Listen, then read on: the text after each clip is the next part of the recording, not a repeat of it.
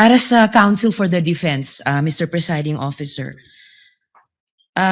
just for clarity, ano pong relevance nung video na ipinakita ni Attorney Zuleika Lopez?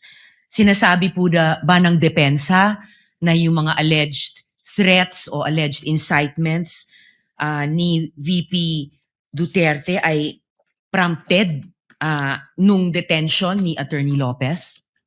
Yes, Your Honor.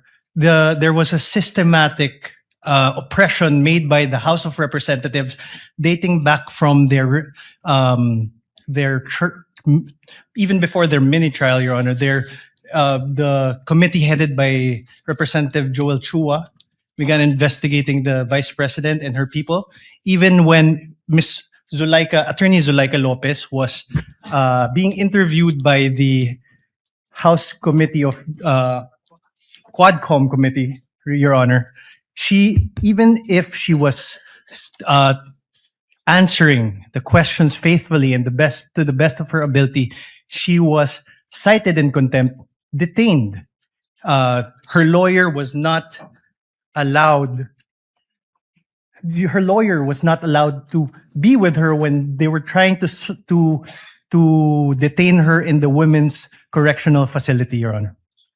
So, Mr. Presiding Officer, Counsel for the Defense, position po ba ng depensa na pwedeng palampasin ng alleged grave threats kung may masasabing lehitimong dahilan para magbanta?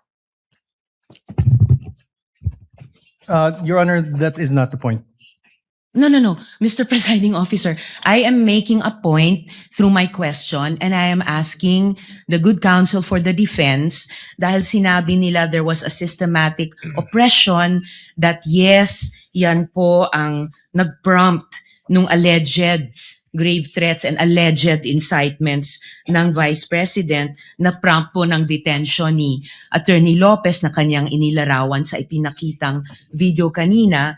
Kaya itinatanong ko kung yan ba ang posisyon ng depensa na pwedeng okay lang or pwedeng tanggapin ang grave threats kung may masasabing lehitimong dahilan para magbanta. Yes, Your Honor. Before counsel Yes, Mr. Presiding responded answers, although he already answered in the affirmative.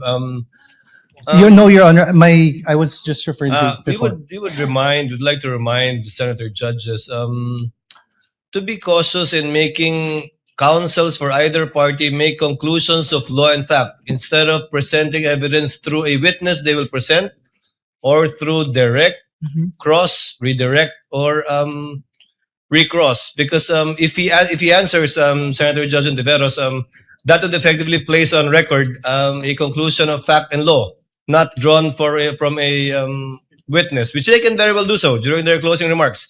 And when I allow him to speak by way of repartee to the peroration yesterday and discussion yesterday by counsel for the prosecution. But other than that, as agreed with some of the senator judges, we would try to limit the answers of the counsels for the parties. With your indulgence, Senator Judge Ontiveros, please. I submit, Mr. Presiding Thank you, Officer, may I just in closing make of record that I also appreciated and also submitted to the ruling of the Presiding Officer yesterday because I appreciated that it partook of the history of impeachment proceedings in this court. Pinag-aralan ko rin po ng maigi ang mga nakaraang mga impeachment trials at di hamak na pati noon naging liberal ang pagpapahintulot nila sa mga katanungan ng mga senator judges para lang mas maliwanagan ang iba't ibang punto. So I again thank the good presiding officer and again reiterate my submission to his ruling and thank the good counsel for the defense for his response.